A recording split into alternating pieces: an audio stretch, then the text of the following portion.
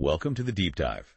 Today we're plunging into a stack of sources covering a major White House action. A new proclamation significantly restricting travel into the U.S. from several countries. We've got, everything from the official document itself to news reports reflecting different perspectives and impacts. That's right. And our mission here is to, pull out the crucial nuggets, cut through some of the noise, and really understand the core of this policy. Like who's affected? Exactly. Who's affected, the reasons the administration gives, and how the sources describe the reactions and potential consequences. Right. It's about giving you the detailed breakdown you need to be truly well-informed on this specific development. Precisely. Absolutely. Okay, let's unpack this then. Our deep dive today focuses on the travel restrictions signed on June 4th, 2025. Yep, June 4th. And we're drawing directly from the sources you've provided to understand the policy and its immediate context. Let's do it. So, first things first, what exactly did President Trump sign on June 4th? Let's get the foundational facts from our sources on the table. Okay. The central piece is a presidential proclamation. Its full title, as noted in the sources, is restricting the entry of foreign nationals to protect the United States from foreign terrorists and other national security and public safety threats. Bit of a mouthful. It is. And what does it do? According to the sources, this proclamation implements a full ban on entry for nationals from 12 specific countries. 12, okay. And it also imposes partial restrictions on travel from another 7 countries. And when does this actually go into effect? That seems like a critical detail. It moves pretty quickly. Sources from the White House and news reports confirm it becomes effective just days after signing. How soon? 12:01 a.m. on June 9th, 2025. So yeah, very soon after the announcement. Wow, it's rapid. Which countries are we talking about? Give us the list from the sources who faces the full ban and who has partial restrictions. Okay, the sources are quite clear on this list. The 12 countries facing a full suspension of entry for their nationals are Afghanistan, Burma, Chad, Republic of the Congo, Equatorial Guinea, Eritrea, Haiti, Iran, Libya, Somalia, Sudan, and Yemen. That's the full ban list. And the partial. Right. For the other 7 countries with partial restrictions, that's Burundi, Cuba, Laos, Sierra Leone, Togo, Turkmenistan, and Venezuela. The directive is for U.S. consular officers to reduce the validity of non-immigrant visas. So not a complete stop, but making it harder or shorter-term stays. Exactly. Tightening access, essentially. All right, now that we know what the proclamation does and who is directly impacted, let's dig into the why. The rationale. Yeah. The administration states this is about protecting the U.S. What specific reasons do the sources, particularly the proclamation itself, give for these restrictions? Well, the official proclamation provides the administration's primary justification.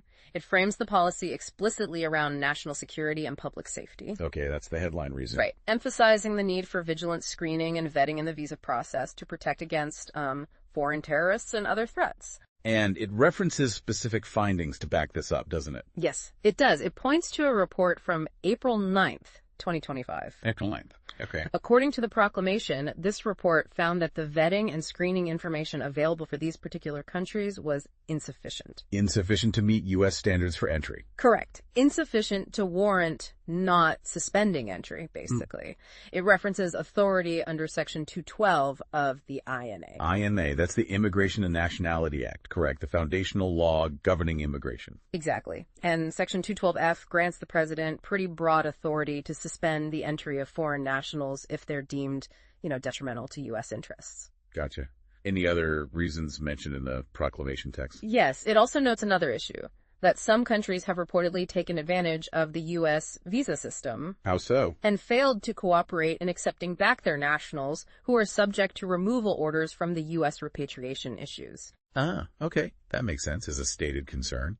Now, interestingly, one news source mentions a specific recent event potentially accelerating the signing. Right. What does that source report? Yeah, that source highlights that while the proclamation was apparently already under consideration... So it was in the works. Seems so. But President Trump reportedly made the final decision to sign it following the anti-Semitic attack in Boulder, Colorado. So that recent event might have pushed it forward.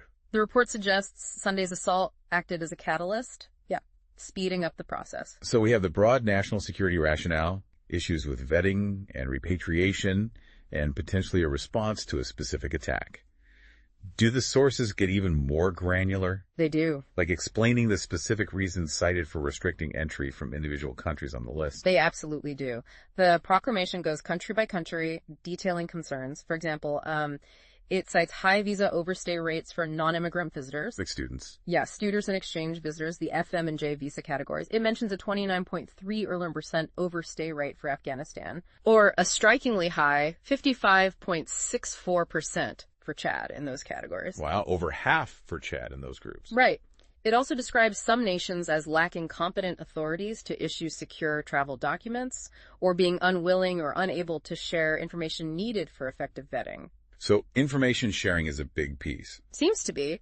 Specific security concerns are also highlighted, like identifying Iran as a state sponsor of terrorism, or describing the government of Somalia as lacking control over its territory, making it a potential haven for terrorists. And Haiti. I remember seeing that on the list. Yeah, for Haiti, the proclamation mentions concerns about an influx harming U.S. communities and, again, the lack of a central authority needed for proper screening of potential entrants. So it's a mix of reasons overstays, vetting capacity, specific security situations. Exactly. It's presented as a detailed breakdown of diverse issues, varying by country. That specific detail about visa overstay rates is fascinating, 55% for Chad in those categories. Does any source provide historical context for those numbers, or maybe compare them to countries not on the list? That's a good question. The provided sources list the overstay numbers for the specific countries on the list. Right. But they don't really include broader historical comparisons or data for countries not subject to the restrictions, at least not in the snippets we have. Okay. The focus in the sources seems to be on presenting these numbers as a key part of the administration's stated rationale for including these specific countries. Got it. Suggesting overstay rates are a significant metric they're using to identify potential security or public safety concerns.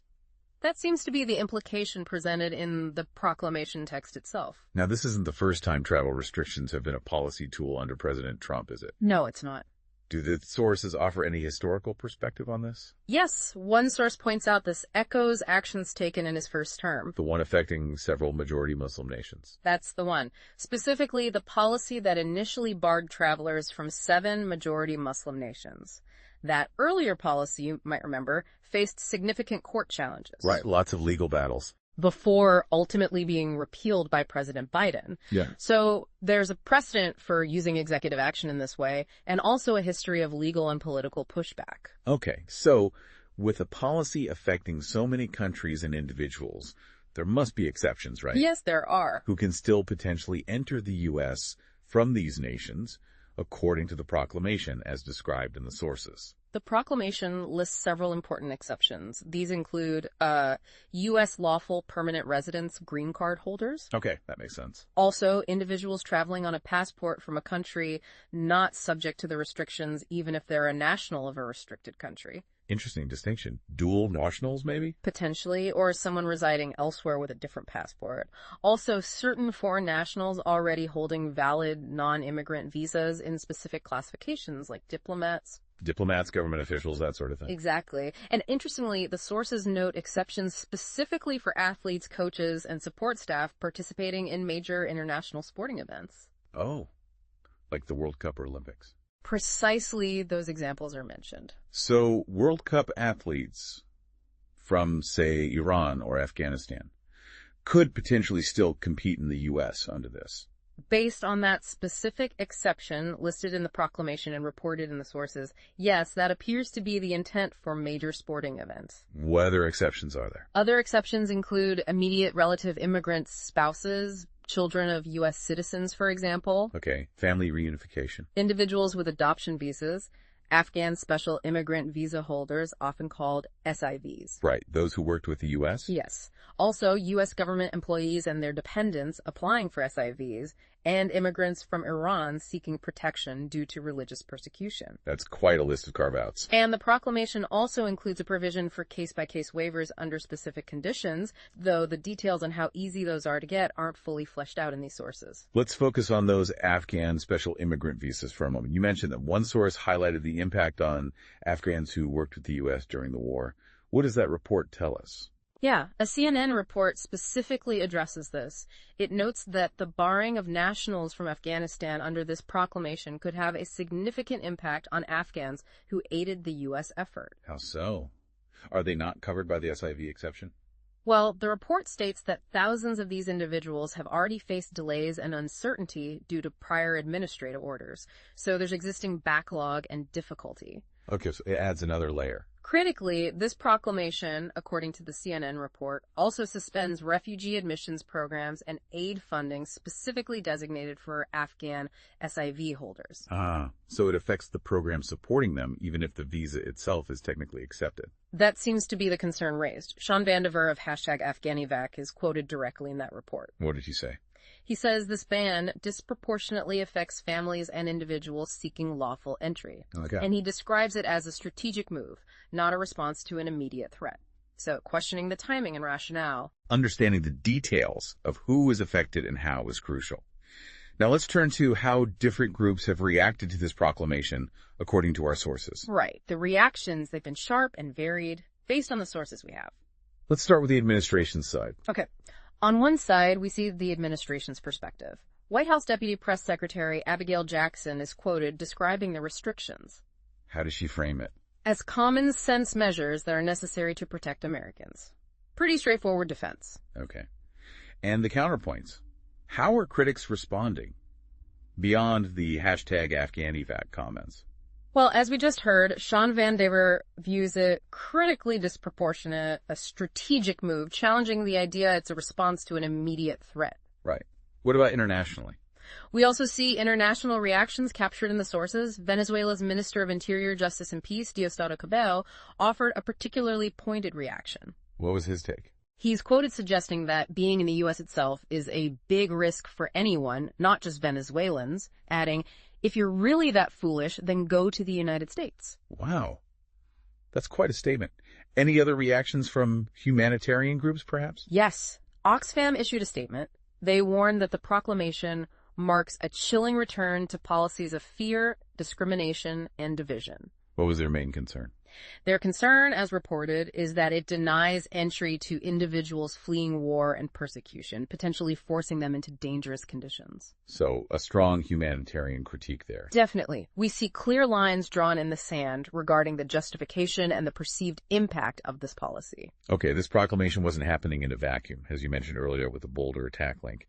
Our sources also touch on other news from June 4th that feels connected to this broader area of immigration and border policy. That's right. There were other related developments. What else were these articles reporting on that same day? It's interesting to see the constellation of related events happening concurrently. One article notes that on the same day, June 4th, a federal judge in Colorado issued a temporary block on the Trump administration's attempt to deport the wife and children of the suspect in that recent Boulder attack we mentioned. Connecting back to that event again. Exactly. Another headline reports that President Trump is also taking steps to bar Harvard international students from entering the U.S. A separate action targeting students. Seems like it, specifically Harvard in that report. And importantly, there's a report about the Supreme Court. What did they rule? They issued a ruling that allows President Trump to suspend deportation protections for immigrants from Cuba, Haiti, Nicaragua, and Venezuela. Wait, several of those countries, Cuba, Haiti, Venezuela, are also on the list for this new travel proclamation, aren't they? They are indeed. Cuba, Haiti, and Venezuela are among the 7 facing partial restrictions. Nicaragua is mentioned in the Supreme Court case, but not this proclamation. So these simultaneous developments really highlight the administration's wide-ranging focus on immigration restrictions across different fronts, all on that specific day. Yeah, it paints a picture of a broader policy push happening at that moment. That context is crucial. This has been a deep dive into a lot of detailed information, the specific countries affected, the official reasons cited, the nuances of the exceptions, the very different reactions. It's a lot to process. It is. For you, our listener, why is it so important to go beyond the headlines and dig into these specifics directly from the sources? Well, understanding these details, like the specific metrics cited in the proclamation, the overstay rates, the claims about insufficient vetting. Right, the actual mechanics. Or the precise list of exceptions. It allows you to form a much more concrete picture of the policy itself. You move from a general idea of travel ban to understanding the mechanisms and criteria being used. More than just a label. Exactly. And seeing the administration's rationale presented alongside the concerns raised by humanitarian organizations, the reactions from foreign officials, all drawn from the sources, provides that multifaceted view. Appreciating the complexity. Right. It helps you appreciate the complexity and the varied real-world impacts, equipping you with the specific factual points needed to think critically about this policy rather than just react to the headlines. We've navigated through the sources covering this significant travel restriction signed on June 4th, examining who is affected, the administration's stated reasons, the detailed exceptions, and the range of reactions from the sources. We've seen how the policy is framed by the administration primarily through the lens of security and vetting concerns. Yeah, with specific data points like visa overstay rates presented as justification. Right. And simultaneously, we've heard from critics in the sources who emphasize the humanitarian consequences and question the necessity and fairness of the restrictions. So, as you continue to follow the ongoing discussions around immigration and national security, here's a thought to consider, drawn from the different facets we've explored in these sources. Okay. Given the administration's stated goals for this proclamation and the diverse array of impacts and criticisms described across the sources, what kind of specific, verifiable information or data would you need to see to feel confident in evaluating whether this policy is truly achieving its stated objectives, effectively and justly? That's a really good question to ponder. What evidence would actually demonstrate success or failure and fairness?